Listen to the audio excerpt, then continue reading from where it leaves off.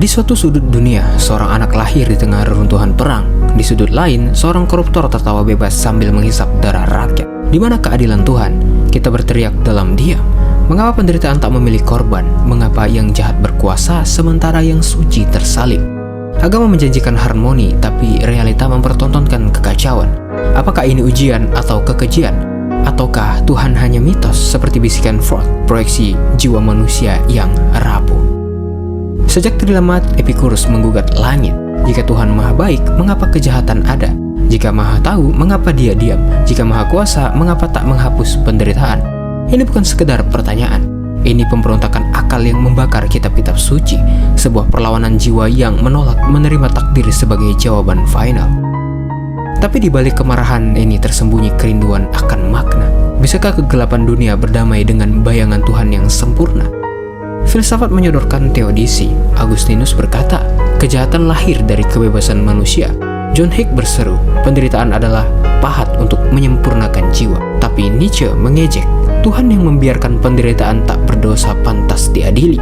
Agama pun menjawab, Ayub yang diuji ke tulang sumsum, Quran yang menjanjikan ujian bagi orang beriman, hukum karma dalam tradisi timur yang menghukum tanpa ampun. Tapi bisakah jawaban ini menyembunyikan luka seorang ayah yang anaknya dibantai? Ataukah ini hanya dalih untuk menutupi mata dari kebisuan langit? Hari ini kita akan lari ke dogma atau sembunyi di balik kutipan kitab suci. Kita akan berjalan di tepi jurang, mempertanyakan keadilan Tuhan dengan kepala dingin dan hati terbuka. Menyusur argumen Camus tentang pemberontakan absurd, menggali tafsir Platinga yang membela kebebasan manusia dan mungkin menemukan bahwa pertanyaan ini bukan tentang Tuhan, tapi tentang kita, manusia yang terjepit antara langit bisu dan bumi berdarah. Siapakah diri kita? Karena kita akan memasuki labirin paling gelap dalam iman dan logika, tempat di mana setiap jawaban melahirkan 1000 tanya dan setiap kepastian hanya bayangan dari keraguan lebih dalam. Jika keadilan Tuhan ada, di manakah Ia bersembunyi?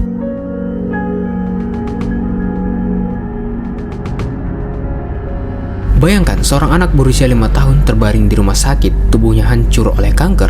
Ia belum sempat mengenal dunia, tapi sudah disambut oleh derita. Di sudut lain, seorang diktator menikmati kekuasaan, sementara ribuan mayat rakyatnya membusuk di bawah reruntuhan perang. Di sini, di puncak peradaban manusia, kita dihadapkan pada pertanyaan yang mengguncang langit. Jika Tuhan maha baik dan maha kuasa, mengapa penderitaan seperti ini diabaikan? Inilah problem of evil, paradoks tertua yang mengoyak keyakinan manusia sejak Epicurus melontarkan pertanyaan ini 2300 tahun yang lalu. Filsuf seperti Hume mengubahnya menjadi trilema mematikan. Tuhan yang sempurna dan dunia yang penuh kejahatan adalah dua hal yang tak mungkin bersatu. Tapi mengapa keduanya tetap ada? Filsafat membedakan kejahatan menjadi dua, yaitu moral dan natural. Moral adalah kejahatan buatan manusia, yaitu pembunuhan, perang, dan pengkhianatan. Natural adalah derita yang datang dari alam sendiri, seperti gempa bumi, wabah penyakit, dan tsunami. Teodisi Agustinus mengatakan, kejahatan moral lahir dari kebebasan manusia. Tuhan memberi kita kebebasan, dan kitalah yang menyalahgunakannya. Tapi untuk kanker pada anak kecil, Agustinus menyalahkan dosa asal yang merusak alam. John Hick mencoba menjawab, penderitaan adalah pahat Tuhan untuk menyempurnakan jiwa. Tapi bisakah kita menerima argumen ini saat menyaksikan bayi yang mati kelaparan di Somalia? Di sini problem of evil tak lagi sekedar debat akademis, ia menjadi jeritan hati yang terluka. Nietzsche, si pembunuh Tuhan, mencemooh, jika Tuhan ada, dia tak layak disembah. Jika dia maha tahu, dia sadar akan penderitaan tak berdosa. Jika maha kuasa, dia bisa menghentikannya. Jika maha baik, dia pasti ingin menghentikannya. Tapi pemberitaan itu tetap ada. Maka Tuhan tak ada atau dia adalah monster. Argumen Nietzsche seperti palu godam yang meremukkan fondasi iman. Tapi para filsuf tak tinggal diam. Alvin Plantinga membalas, Tuhan mungkin punya alasan transenden yang tak bisa dipahami. David Battlehart menuduh kita terlalu cepat menyimpulkan kejahatan sebagai tak bermakna. Tapi inilah masalahnya, semua jawaban ini terasa seperti lubang hitam. Metafisika terdengar dalam, tapi tak menjawab jeritan korban. Kita bisa terus berdebat tentang free will, soul making, atau keterbatasan perspektif manusia. Tapi di ujung semua teori ini, ada satu pertanyaan yang menggigit. Bisakah jawaban filosofis mengeringkan air mata seorang ibu yang anaknya diperkosa atau dibunuh? Disinilah filsafat mencapai batasnya. Di sini kita berdiri di tepi jurang, memandang kegelapan yang tak terjawab. Tapi mungkin seperti kata filsuf William Rowe, Tuhan mungkin ada, tapi keadilannya bukan keadilan kita. Atau jangan-jangan Kegelapan itu sendiri adalah jawaban terakhir.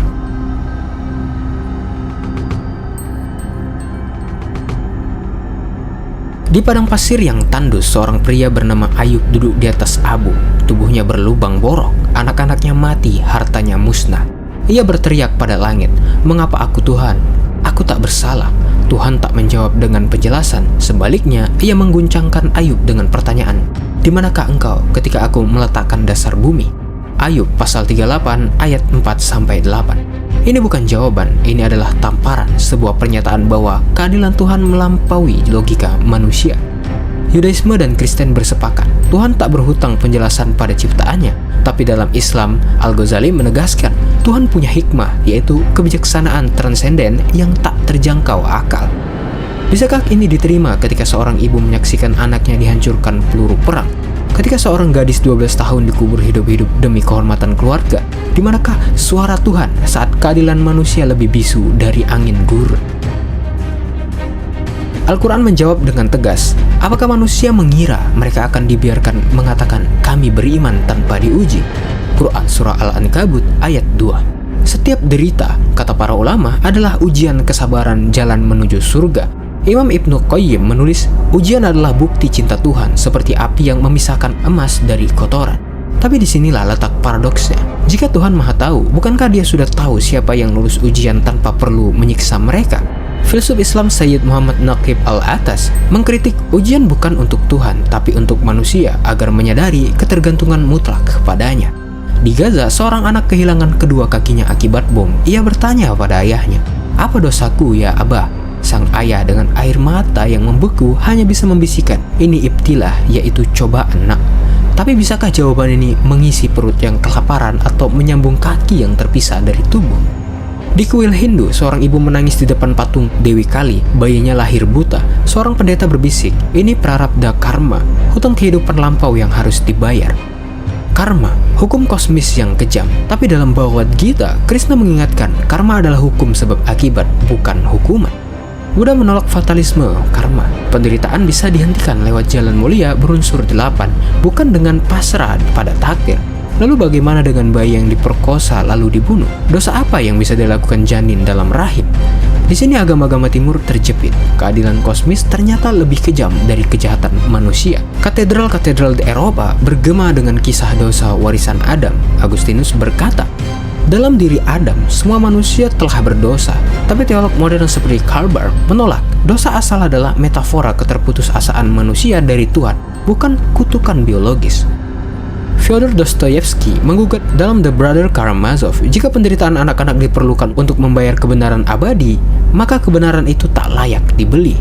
Teologi Kristen pun terjepit. Jika Tuhan mengorbankan yang tak bersalah demi rencana kosmis, apakah ia berbeda dari tiran yang kejam? Agama-agama menjanjikan keadilan di akhirat, tapi di bumi, mayat-mayat korban pemerkosaan tetap membusuk. Koruptor tetap tertawa di istana emas, langit pun tetap diam. Mungkin pertanyaan kita salah, bukan di mana keadilan Tuhan, tapi mengapa kita masih berharap pada keadilan yang tak kunjung datang?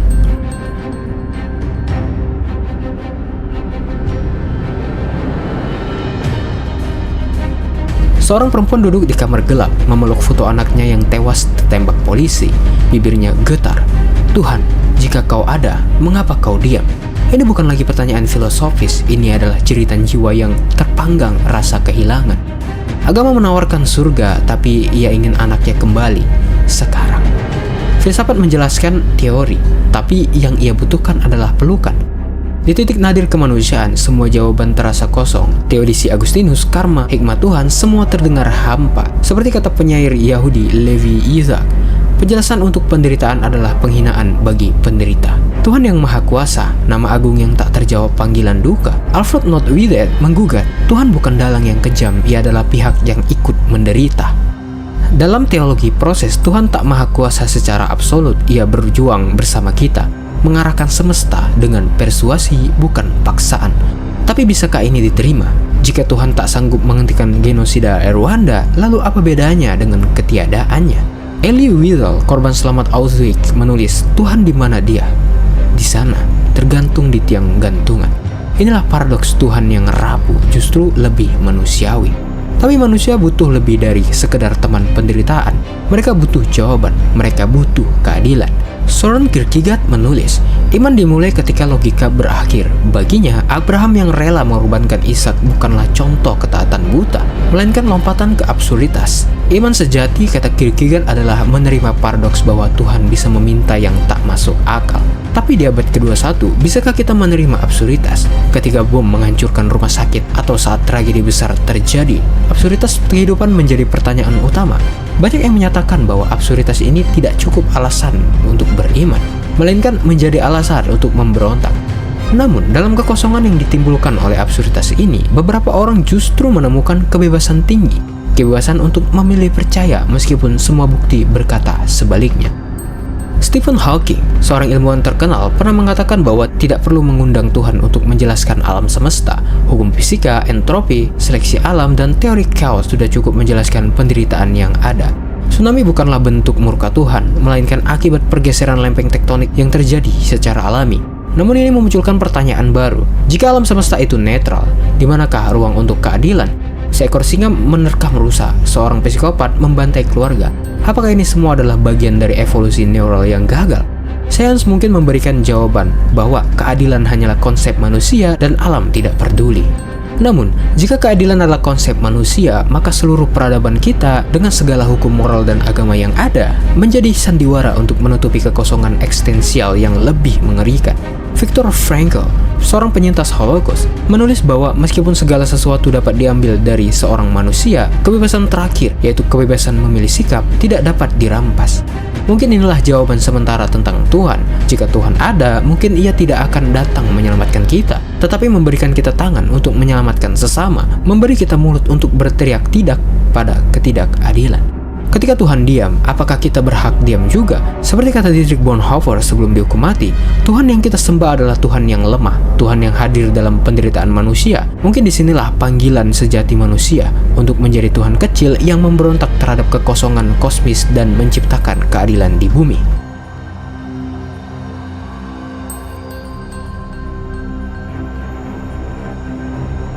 Langit diam, dan jika Tuhan ada, Ia tak turun untuk menghentikan peluru yang merenggut nyawa anak-anak di Sudan, atau menghancurkan gudang senjata para diktator. Namun di tengah keheningan ini, suara-suara lain bergema tentang palu hakim yang menghukum pemerkosa, riuh massa yang menuntut reformasi, desisan kompor ibu-ibu yang memberi makan tetangga kelaparan. Di tengah puing-puing teodisi, kita menemukan jawaban yang paling radikal, yaitu keadilan Tuhan tidak jatuh dari langit. Ia lahir dari tangan manusia yang memilih untuk tidak diam. Martin Luther King Jr. berteriak, keadilan yang tertunda adalah keadilan yang ditolak. Ia tidak menunggu mukjizat. Ia bergerak meski tahu peluru bisa mengakhiri nyawanya. Paulo Freire, bapak pendidikan kaum tertindas, tidak berdoa untuk kesadaran, tetapi mengajar petani buta huruf membaca dan mengangkat senjata melawan rezim. Di Gaza pada tahun 2021, Dr. Izzeldin Abu Elais, Palestina, dan Yehuda Koperman dari Israel berbagi obat-obatan melintasi blokade. Mereka menjadi Tuhan kecil, Tuhan yang memilih untuk menyembuhkan, bukan menghancurkan.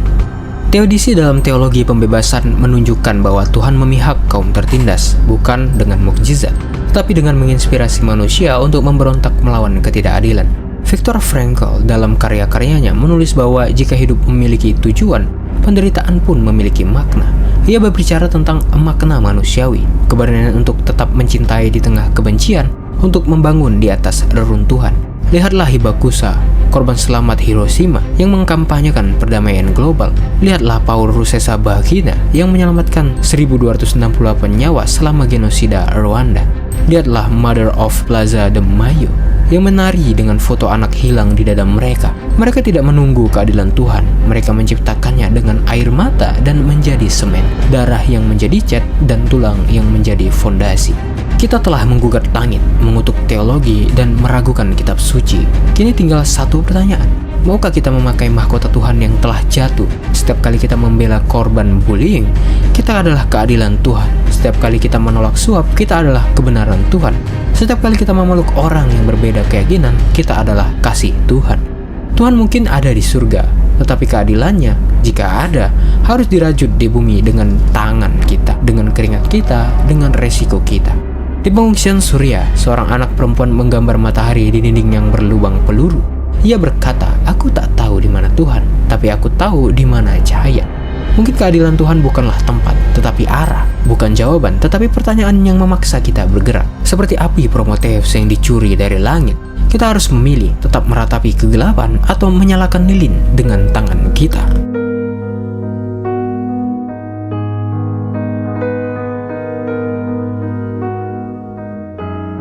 Di sebuah ruang kosong, seorang anak kecil menatap langit dan bertanya, apakah Tuhan sedang tidur? Kita telah menyisir gurun filsafat, mendaki gunung teologi, dan menyelam ke jurang keraguan. Namun, pertanyaan ini tetap menggantung, manakah keadilan Tuhan? Mungkin kita seperti semut yang menuntut penjelasan tentang hujat, sementara jawabannya ada di luar dimensi pikiran kita. Atau mungkin seperti kata Einstein, Tuhan tak bermain dadu, tetapi dalam ketidakpastian kuantum, adilkah ia membiarkan dadu nasib menentukan penderitaan anak-anak? Agama menjanjikan surga, filsafat menjanjikan kebijaksanaan, sains menjadikan hukum alam. Namun di lorong-lorong rumah sakit, di tenda pengungsian, di sel penjara yang gelap, semua jawaban ini menguap, meninggalkan kita dengan keheningan. Namun di keheningan itu, Martin Luther King Jr. berbisik, kegelapan tak bisa mengusir kegelapan, hanya cahaya yang bisa. Keadilan kita ukir dengan memilih untuk tidak acuh, dengan menolak tirani, dengan menjadi suara bagi yang bisu. Tuhan mungkin tidak datang dengan pedang menyala, tetapi seperti kata Rabindranath Tagore, ia menitipkan bintang di mata kita dan api di hati kita. Viktor Frankl menulis, di antara stimulus dan respon, di celah itulah kebebasan kita berada. Di celah yang sama itu, kita memutuskan meratapi langit yang bisu atau menjadi Prometheus yang mencuri api. Keadilan menunggu mukjizat atau seperti Ibu Pertiwi dalam mitologi Jawa merawat bumi yang terluka. Kita adalah teka-teki yang menuntut jawaban sekaligus jawaban yang menuntut pertanyaan. Seperti kata Hannah Arendt, di tengah kehancuran masih ada ruang untuk tindakan baru. Hari ini kita tutup dengan pertanyaan yang sama seperti pembuka. Di manakah keadilan Tuhan? Mungkin di sini, di udara yang kita hirup, di air mata yang kita keringkan untuk sama, di tangan yang kita ulurkan ke orang asing. Jangan-jangan ia ada di setiap keputusan untuk tetap percaya meski langit tak pernah menjawab. Karena akhirnya, seperti kata Søren Kierkegaard, kehidupan harus dipahami mundur tetapi dijalani maju. Kita merangkul paradoks, menahan benih keadilan di tanah gersak, dan menunggu bukan jawaban Tuhan, tetapi tunas yang suatu hari akan pecah